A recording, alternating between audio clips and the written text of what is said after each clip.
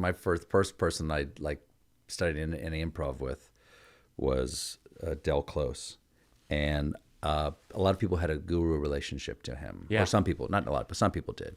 He used to say, "You're not improvising. You're just letting the universe channel through you if you just open up all your senses. That's it. Your job is to open up all the stops on the organ. That's and it. so that so it can just flow through you." And he would take out his little pentagram and put it on his chest before he performed, because he said the stage was a sacred space.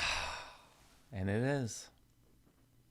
I mean, showstoppers. Stephen Colbert throwing show-stopping pitches all day.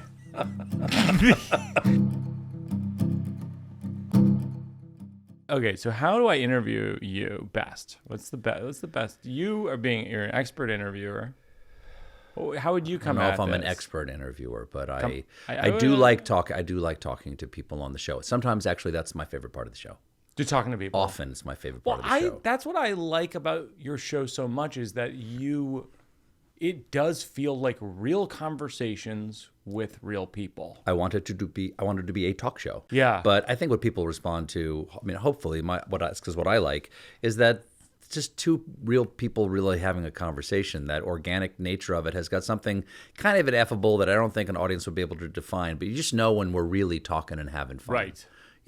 When I had Anderson and Andy on the other night, we really there was a card, but we just kind of made fun of Anderson. Well, those guys are hilarious. For 20 minutes. Those guys wonderful. are absurd together. It is, yeah. It's amazing. Yeah. They should do The Odd Couple. Oh, that's a good idea. But I don't think Anderson's ever great acted before. That's a great idea. So I don't know how to interview me. My life's an open book, generally speaking. I got nothing to hide. So do your dirtiest. You know so much stuff. It's like I have a good memory. You have a good memory. I'm not that smart. People think I'm smart, but they usually mistake intelligence for a good memory. Yeah, but you have good memory. Gonna walk you back on this one. I have a reference level that people associate with being smart, but that's not. Evie, my wife, is much smarter than I am. Jon Stewart, much smarter than I am. Paul Dinello, much smarter than I am. Because I think they're clearer thinkers, and I think when I think of intelligence, I think of a ability to analyze a situation and then have clarity in your response to it. I think Paul's much better at like directing or putting together a running order or something like that. Yeah. But I have this memory that seems like I'm smart. In fact, I can just memorize anything. That's crazy, because that it tracks that your background is in improv, because I think improv is so much about just associations. Quick associations, this to this to this to this, and then next scene. Paying attention too, paying attention so that you can make those associations. Yeah. I don't have a lot of computing power, but I have a lot of desktop memory. Right. So I can refer to things very quickly, and I can pay attention and keep a lot of stuff in mind. I can memorize strings of numbers and shit like that. When that is sort of a synecdoche for being able to keep a lot of stuff in your mind or absorb a lot of stuff when you're improvising and then spit it back out when it's fitting. Right. Or it would be useful or something like that. But that's not the same thing as like having computing power. That's interesting, because I was talking. And I'm a huge fan of me. I'm like, this is not me. Yeah. I'm not dumping on me when I say this. I just think that I'd be deluding myself if I thought I was as smart as my wife. That's really interesting, because I've never won an argument with her.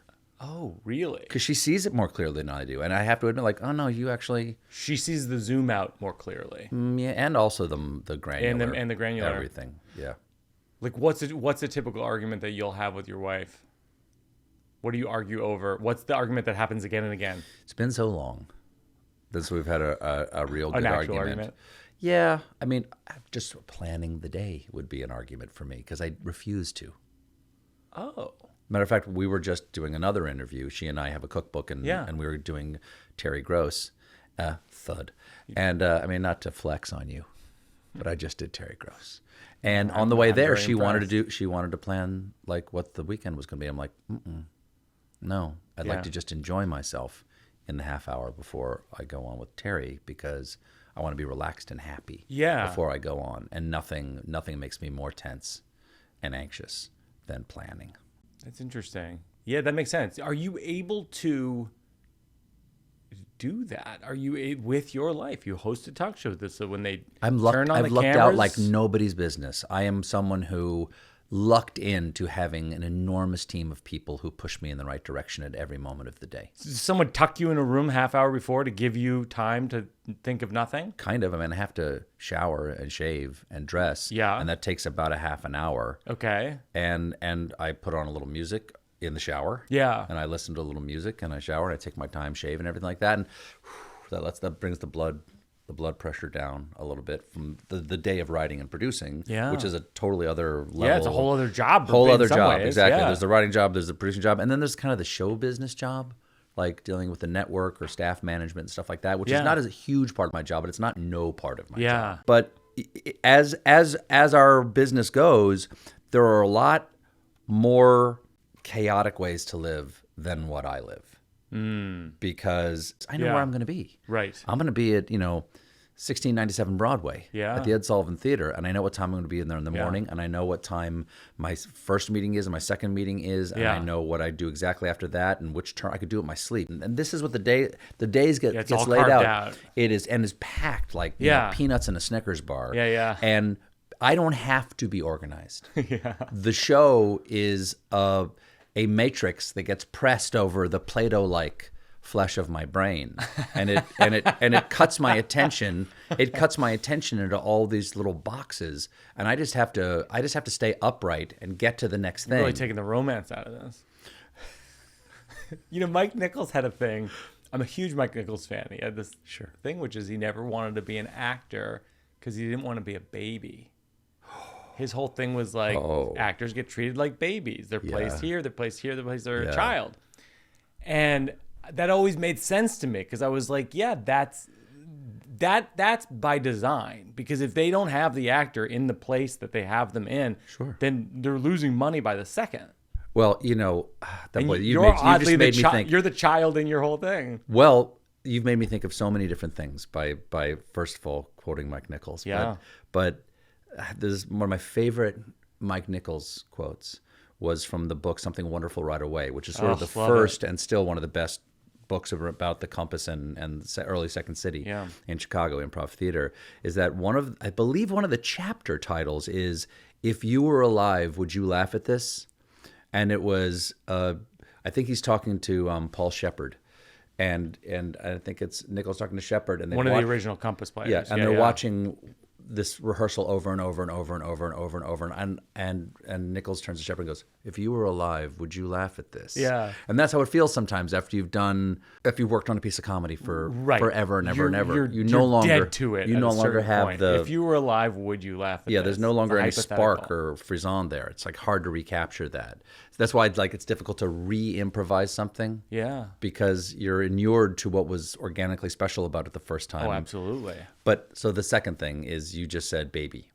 Actors are babies. Yeah. Jon Stewart and I have had many conversations about this, and he puts it in a beautiful way. And he said the hard thing to understand for you as the person who's on camera, but also for the staff, and it can be frustrating for the people who around you, is that it's necessary that you be both the daddy and the baby at the same time. Because daddy gets to say we're having steak. But you have to cut up the steak so the baby doesn't choke on it. Yeah. And so that's a lot of the day, is that you get to make a lot of global decisions about what the direction of the show might be on any given day. Yeah. And now it's everybody else's job to make sure that you, the person who has to go, has the privilege and the opportunity to go present that, and the responsibility to present whatever you guys did together today out in the world, doesn't choke on the ambition of the guy who made the decision. Oh my gosh. That is very well put. Jon Stewart often does that. That is what I found. That's what I said. He's smarter than I am. Well, that's kind of the truism of a lot of these companies, like, Steve Jobs with Apple, for example. Like, there was a period of time where he wasn't there anymore, and people were like, "What the hell is this company?" Mm-hmm. And they have to figure out who's the now it's Cook or whatever, whoever, Tim Cook. Now it's Tim Cook, but it's but for a period of time, there's they had nobody who was that. Mm-hmm. But it's you're the daddy and the baby same time. at your show. Yeah. And if you weren't, no one would be. There's nobody. There's no one who's going to fill in for your job. You don't have the fill-in? I don't have a permanent guest host, no. Yeah, you don't have a guest host? No one did that for a long time until Kimmel started doing it. Yeah. Because he wanted to take the summers off. Yeah, I know. It's funny you should say that about Kimmel, because I sat in for Kimmel when he had COVID. All right. And it is a certain type of life that you guys have. It's really packed for like so much of the day, and then it's wide open after that. You know, you can let it go on a daily basis. 7:00. You can actually, you can unplug. You kind of have to unplug because the day is so intense. There's so many decisions. And as my executive producer, Tom Purcell, says, when it comes to all these decisions that you're making like maybe 15 an hour that you can't go back on. Yeah. And he says, do not reverse severe tire damage is the sign over Tom's head. In other words, we made a decision. Let's live with that decision and move forward. That's interesting. We don't, you know. Right, reverse tire. Don't go backwards on those spikes. Yes. I think that's. By the way, it's thin ice, and by thin ice we mean at certain points on the pond, the ice is much thinner, and it would be dangerous for you to skate there. Wait, I have a question. Did you ever meet Mike Nichols? I did. I was at the Kennedy Center Honors, and it was whatever year Meryl Streep was being honored, because she was there being honored. And I had interviewed her before, and I walked by her table just to say hi, and I didn't know she was sitting next to Mike Nichols because his back was to me. And she said, "Oh, Stephen, Mike wants to meet you." Oh my gosh. And Come on. And he turned around and goes, "Oh, hello." And he started talking to me about some of the work we were doing at the Colbert Report. Yeah. And I remember the whole time he was talking, going, remember this, remember this, remember this. Listen to what he's saying. Don't forget what he's saying. Hear what he's saying. You'll never hear this again. What is he saying? Enjoy this, enjoy this. I have no memory No idea. of a single, other than, "Oh, Stephen." That's all I remember of the entire thing. What happened to your memory? I don't know. I don't know. That's just it. I can remember anything. You can tell me like a phone number 3 years ago, and I can tell you, but I could not remember. Because it was so meaningful to you, because you're just a big Mike Nichols fan. Yeah, come on. Yes. Did you ever meet Elaine May? No, I've never met Elaine May. I'd like to, though.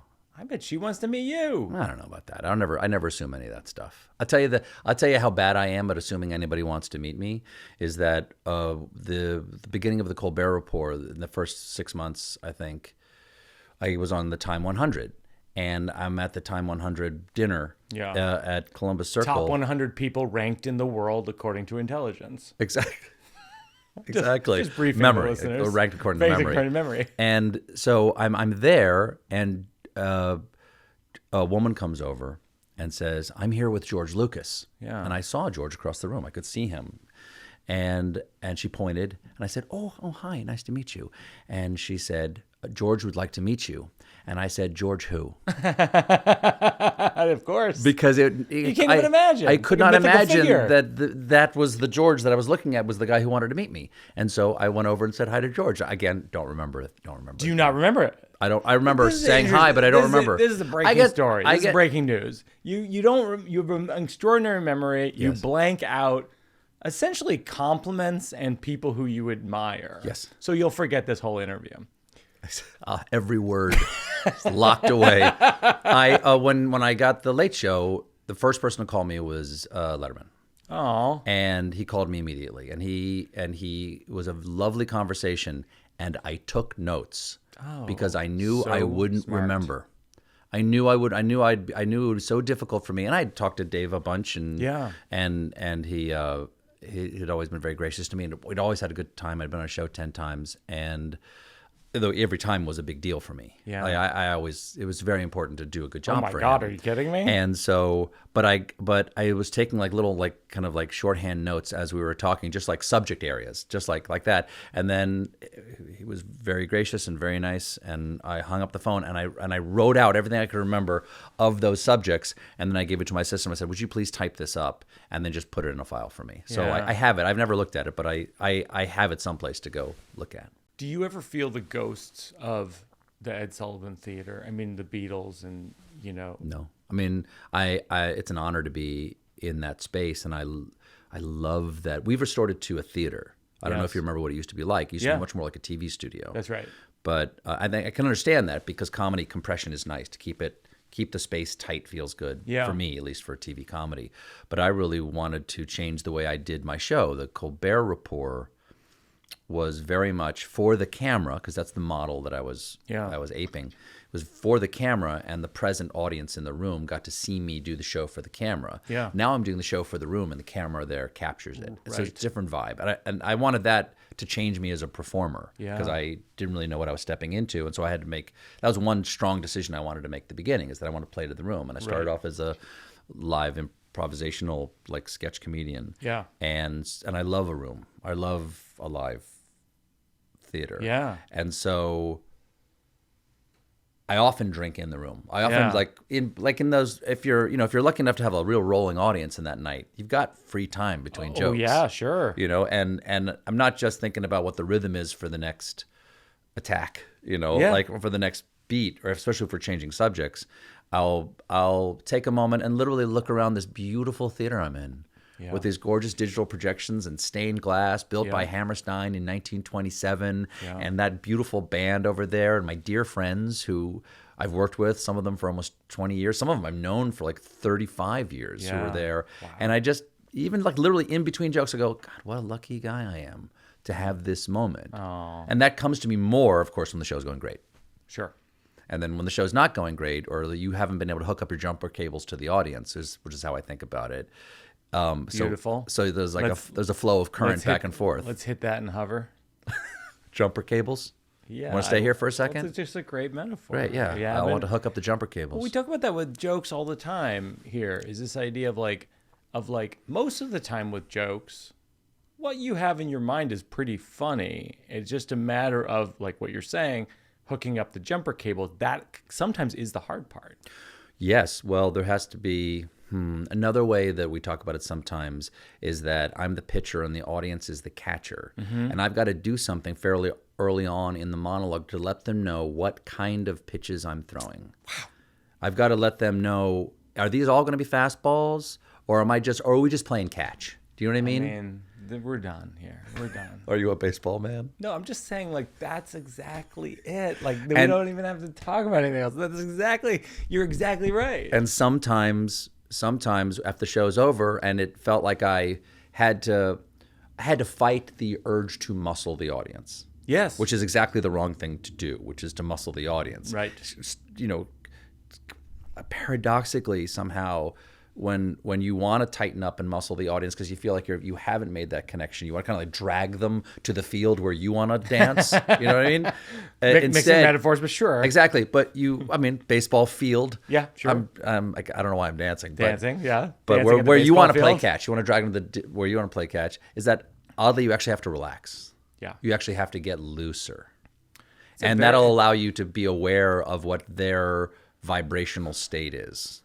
And that's what you and I talked about this on this podcast last time, which is it took you years to get to that point. Like you used to be, when you were in Second City touring company and stuff like that, you'd be so nervous. Oh yeah, and I would try to muscle every moment. Yeah. And often when the show's over, Tom and I will have there's a postmortem for like a lot of the editorial level staff. Yeah. But it's always just me and Tom Purcell, my exec, for a few minutes after everybody's left. We just sit there and go, so what'd you think? Whatever. Yeah. We'll have that moment. And if there was that urge to muscle, we'll realize, oh, we didn't tell them the way we were going to pitch, or we didn't set an emotional tone off the top. And I'm not talking about like, these shows are not confessions. Yeah. But like authenticity is not confession. Yeah. It's not the same thing. But it is important to signal to the audience in some way where you're coming from. Right. Otherwise, you're just reading jokes off a page.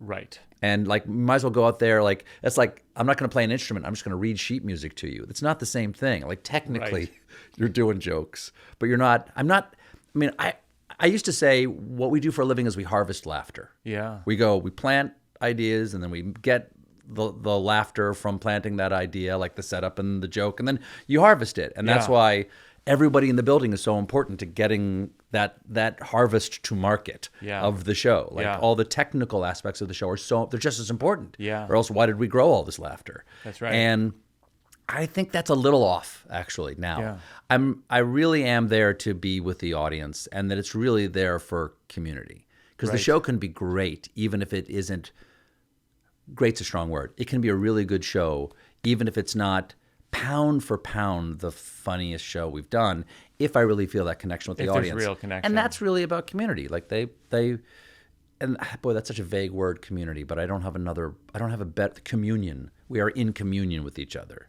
Right. And therein lies like what it took me years to understand that as a comedian, that, oh no, it's actually just about connecting to the people right in front of you. And that's the whole thing.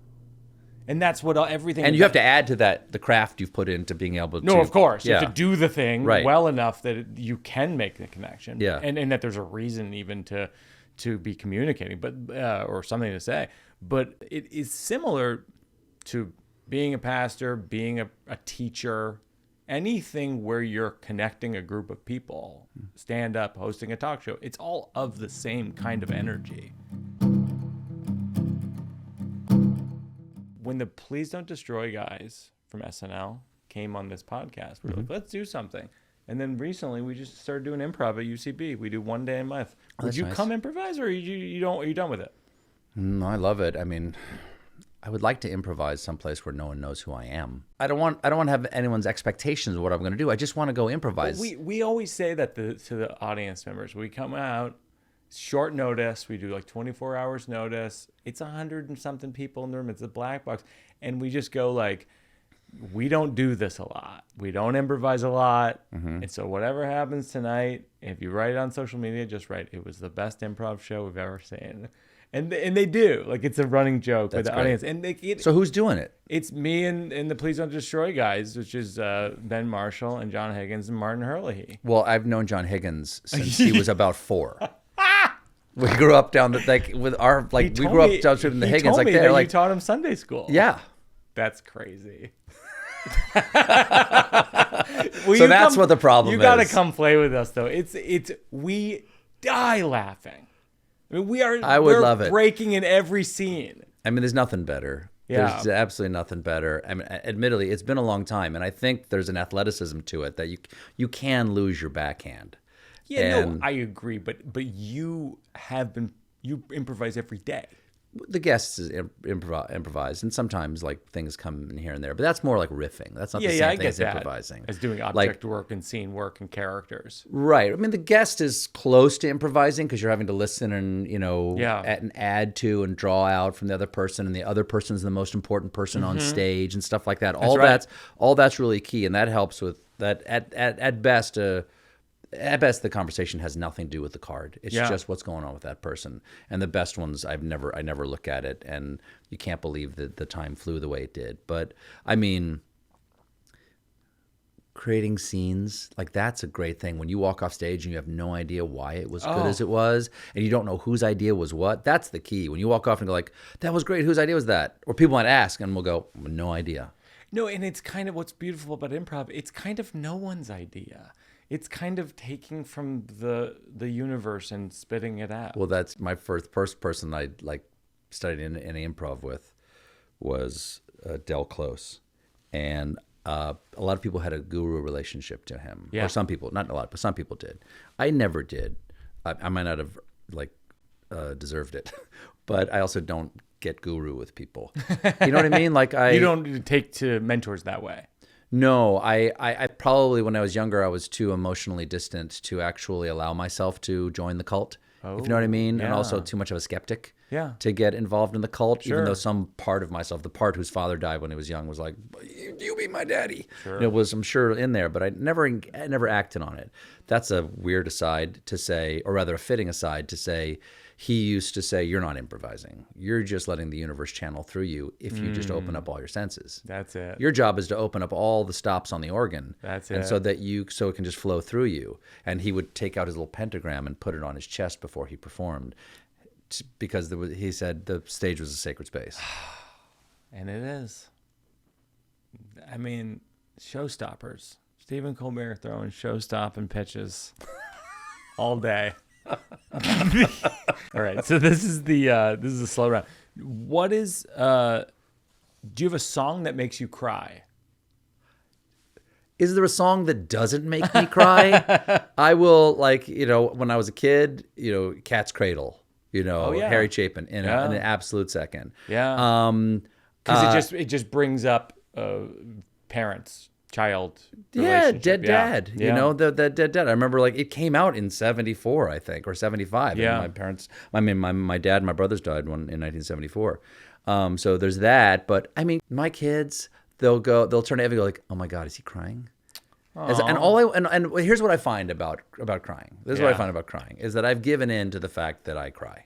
Okay. Do you know what I mean? Like I trying to like, okay, fine, and it's just like a source. For like years, like you tried any to of pretend them, like, you weren't a crying person. Well, no. I mean, kind of. Aren't you like taught to not do Sure, that? sure. You're taught, especially as a man, you're not supposed to cry. Yeah. And so I was very good at like closing the door and like punching a wall instead. Yeah. And it's not like I closed the door and cried. I closed the door and then also didn't cry. But at least the struggle I would do privately. Sure. And but what was great is having kids, and like if I would be talking about something that would getting me close, like where I have to take a breath and like look into the distance and try to think about like the stitch pattern on that curtain, so I could think about something other than crying. You know what I mean? Like I would place my focus on something else in order to maintain. Absolutely. But my kids quickly figured out all those games. Oh, interesting. And so, or like what my silence would mean. And so even like when they were pretty young, they would like crawl, like they would like come around me and go, is he going to cry? Oh my God. Is he going to cry? And that would just make me laugh. So funny. That would just make me laugh that they would, that they would tag me like that. But I came to a realization not that long ago that the thing I'm crying about it's not because I'm sad. As I'm crying because it tends to be something I'm talking about is so beautiful. Yeah. Despite how sad the world is. And it's that tension between the beautiful thing. And it really occurred to me when I was in Saint-Remy-de-Provence a couple of summers ago. We went to the institution where Van Gogh ended his life, or he spent the end of his life there. And he painted many beautiful things while he was in Provence, in Saint-Remy-de-Provence. And I think one of the things he painted there was Starry Night. And I come around a corner, and they got reproductions of everything that he did there. And I came around the corner, and there was Starry Night. And I burst into tears when I saw it. And what the hell is that about? Why are you crying because you looked at Starry Night? Now, what I've done is you've taken like a several kilometer, and I'm going to say kilometer because we're talking about France here. Don't get on me, American. I respect that. A couple of kilometer walk through Saint-Remy-de-Provence to the institution, which was run, I think, by the Sisters of Charity or something. And you're reading along the way these plaques about what was his life like and what was his brother Theo doing for him and why did he end up here and stuff like that. And the last thing you go through the gates into this beautiful, I'm sure it was kind of bleak at the time, but a very beautiful place. And I saw Starry Night and I burst into tears and I went, oh, that's what it is. It suddenly came to me as revelation is that the thing that actually makes me cry is something beautiful, not something sad. Yeah. And that's the commonality is when I'm trying to quote a song, for instance. Right. And often when I'm trying to quote a song or quote a poem or something like that, it'll tap me on the shoulder and punch me in the face, and I didn't expect it. Right. Because I'm caught short by something beautiful. Yeah. And the tension between, the sad and how sad or tragic the world can be, and this beautiful thing that exists despite that, or maybe even because of it, that comes out of it. There's an ecstatic tension between those 2 points. Yeah. And the energy has to be released some way. And for me, it's crying. Yeah. So yeah, sometimes I cry at songs. So next low round question: what's the best piece of advice someone's given you that you used? Check to make sure the plug is in. That's a great one. Because I like to boat. I like to go out on the water. Yeah. Make sure before you put that boat in, the plug is in. Because there's a plug to drain. Often, if it's not a huge boat, there'll literally be a plug you have to take out to drain the boat in case you had water come over the gunnels. And so you got water in your boat. So you pull the plug at the end of the day, especially when you're cleaning it. Yeah. Or else the boat will fill up with the water that you're cleaning the boat with. But you have to remember to put that plug back in. Wow. And that's a metaphor for a lot. Yes. Is that before you do the obvious thing. Yeah, do this. Make sure you've done the small, simple, obvious thing that is so small and simple. Right. That, yes. For instance, did you learn your lines? Yes. For this show that you've been cast in? That's right. I literally have shown up things and I went, oh, fuck. I didn't learn my lines. Yeah. I was very excited about doing the part. I have an idea for the character. Yeah. But I went, oh, right. I've been working in front of prompter for 20 years. I have to learn my lines. Yeah. Which is so basic. Well, that's what He was inside the actor's studio with Al Pacino once. And they go, "What's your best advice for young actors?" Know your lines. Yes. There used backstage at Second City, there used to be all this, things that people said that somebody thought was worth remembering. That was written on the back wall of Second City. Unfortunately, they renovated and somebody accidentally painted over a lot of it because it was like, it was 50 years of advice from some of the best comedians, God. But one of the things that I remember, which I don't know if it's still there, if it got painted over, but it said, the shortest distance between 2 points is learn your lines. That's good. Yeah. I like that.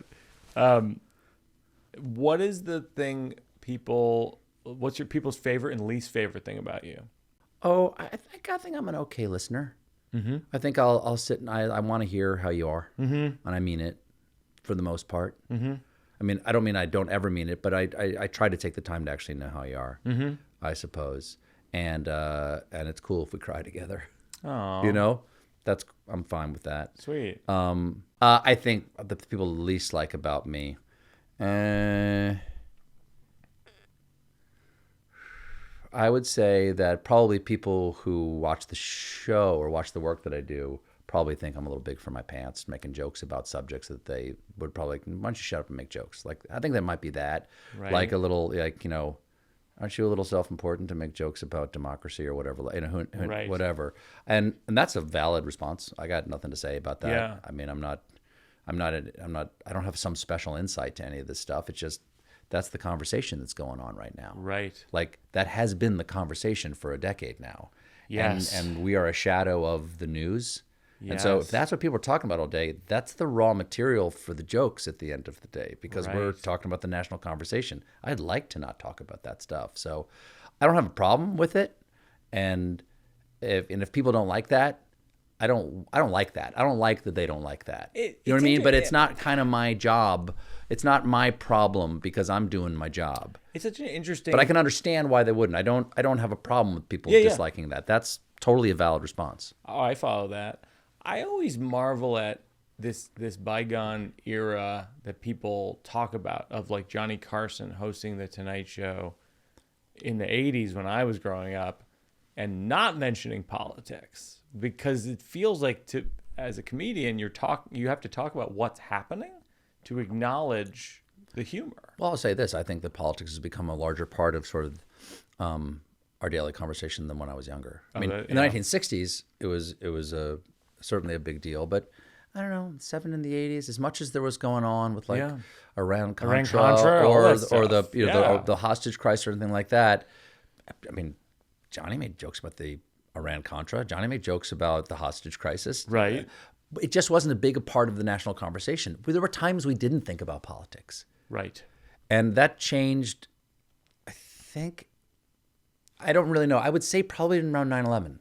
I think 9/11 might have changed what the national focus is, because it became more important. It became more, there were more stakes, it seemed like. Yeah. And so it became a bigger part of the conversation. And also 24-hour news made it, and 24 hours a day, you could put your mouth around that carbon monoxide hose of the news cycle. Yeah. And just suck the fumes, because the cable news has to burn the tires of the news 24 hours a day to keep the lights on.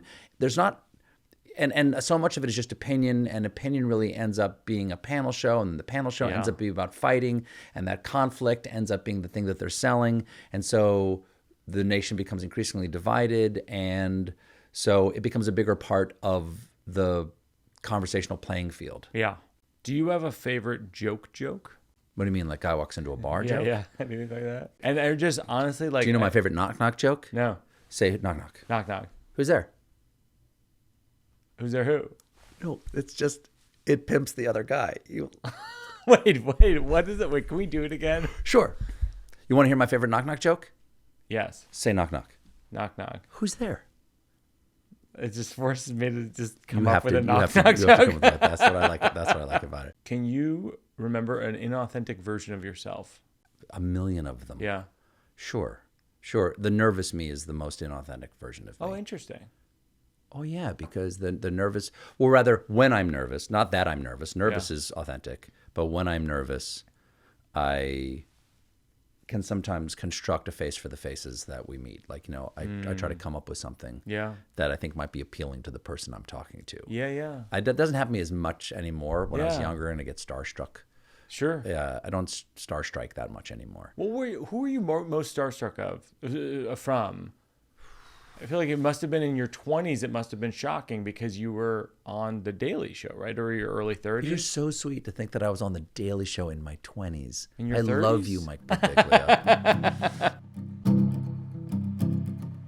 Jim Martin from American Magazine, and of course from the Dicastery for Culture and Education at the Vatican, he said, hey, do you want to meet the Pope? Because the Pope wants to meet some comedians. Yeah. Would you help me put together a list?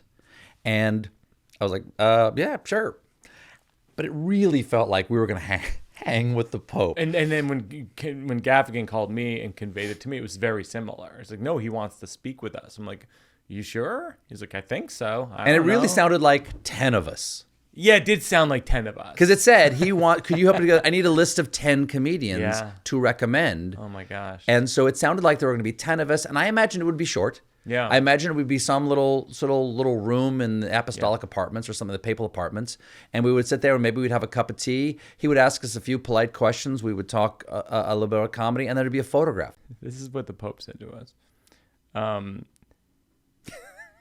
He said, I'm reminded, do you remember this? I'm reminded of the story in the book of Genesis when God promised Abraham that within a year he would have a son. He and his wife Sarah were old and childless. I've been reading this on stage lately to see if there's jokes, and I look at the audience, I go, she was 23. And then Sarah said, God has made laughter for me. Everyone who hears this will laugh over me. That is why they named their son Isaac, which means he laughs. And then I wrote, at this point I thought it's possible the Pope just opened a PDF of the Bible and did a Command F on the word laugh. This wasn't adding up for me. And he said this thing where he goes, according to the Bible, at the beginning of the world, while everything was being created, divine wisdom practiced your form of art for the benefit of none other than God himself, the first spectator of history. Divine wisdom practiced your art for none other than God himself. So divine wisdom being something that is, of course, of God, but separate from him in that moment and entertaining God? Apparently. Wow. I mean, that's where the whole religious thing loses me. The religious thing, but it's where I've heard a lot about this religious thing about but where my Catholicism leaves me is that the spectator of history concept, the God being the God is a spectator of history, yes, right. Yes. So it's like I have this joke that I sometimes tell where I go, that's the thing that freaks me out from Catholic school. That's always stuck with me is when you're a kid, they go, God, where I went to Catholic school. They said, God is watching you at all times. And so I just thought I didn't think of him as an entity I thought of him as just a person just tailing me in a Chevy Malibu. Like, what's Mike Birbiglia up to? Oh, he's hiding porn in the forest. I'm going to make sure he doesn't have a girlfriend until he's 20. And that prophecy came true. So maybe there is a God. 20 is not bad. Yeah, exactly. but then it stuck with me. When I was 15, I started masturbating. I thought he was watching me do that too. So I would sort of cheat to the camera. Go on. And I would cheat to the camera. Go on, Mike. Because I wanted to think. If he was watching the monitor, he would go, I've seen a lot of 15-year-olds masturbate, but this kid's good. I think he might go pro. It's a gift. It's a gift. But anyway, so that's sort of my question is, of the popes, what he said, what struck you as funny or worth talking about comedically? No, I mean the being able to make laughing at God, that's kind of fun. I like that. Yeah. Not like making jokes about God. He said, is it okay to laugh at God? Laugh at God. Laugh at God. Yeah. Wow. Not laugh with God. I thought that was laugh at God. That was really meaningful. That distinction, I'm not sure means the same thing in Italiano, but that was interesting to me. I found it. I will say about Pope Francis, and if people are interested in this even remotely, there is a Wim Wenders documentary about Pope Francis that I think is beautifully directed, and really gave me a sense of that this guy is, as far as I understand it, really doing the work, going to war-torn countries. And that's what I was spending time with children and hospitals. I've been struck with that for his entire papacy, which started right when I was starting the Late Show. He's been willing to do things that the Curia doesn't like. That he's been able to buck not religious traditions, but papal traditions, which are not the same thing, or Vatican traditions, or this sort of the things that grow on the Catholic Church over centuries. I've always thought of the Catholic Church as being like an oyster bank. Yeah. And I grew up in the coast of South Carolina, where you could just go out at the right time of year. You can go out with your boat and you can just chop the oysters right off the bank. And they're clusters. They're not singles like you might get at a nice restaurant or something like that. Right. It's a cluster of oysters, and they've grown on top of each other over the years because those little oyster polyps are looking for any place to land that might be hard, and another oyster shell is a great place to land. Yeah. And so when you bring them back and you steam them and you hose them off, and you hose them off, then you steam them and you put them on a table, and you take a knife and a glove so you don't cut your hand, and you work your way through that cluster of oysters. And some of them are filled with mud, and you knock those off. And some of them might have like a crab living inside of them, and some of them have got this beautiful oyster meat in it. And I think of the Catholic Church as this bank of theology and tradition, the ongoing revelation, as the church calls it, that is all grown on top of each other. And I think if you can respectfully and curiously and in pursuit of your faith work your way through that, I don't think you always have to eat the mud. I think you can hold out for the oyster. And there are things in the church that I don't want to eat, but I don't think that means you're rejecting the faith itself. The last thing we do is working it out for a cause, where we donate to an organization that you think does a good job, and then we link in the show notes and encourage others to contribute. I'm such an enormous fan of what Jose Andres and World Central Kitchen is doing, both in Ukraine and in Gaza right now, that I really wish to support them. Well, also, Radio Lollipop is an amazing organization. I know you're not asking me for more than one, but Radio Lollipop is for kids often in terminal wards or cancer wards, and it basically is entertainment for those kids who have to spend so much time, especially in their long-term cancer care or something like that in the hospital. And I'm a huge fan of Radio Lollipop. Gosh, well, we'll contribute to both of those, and we will link in the show notes. Stephen, it is such an honor to speak with you and to have you at the studio. It's so fun. It just gives me so much joy to talk to you every time we get a chance to do it. And we don't have to do it with a recording device next time. We could just be with each other. Yeah, let's just do a full hang. Do a family hang. Oh, a fam hang. Yeah, family hang. That sounds good. I did see you at the U.S. Open. That's true. Yeah, we kind of hung with the fancy people. We could go to the Knicks game. No? Oh my God. Wait, what?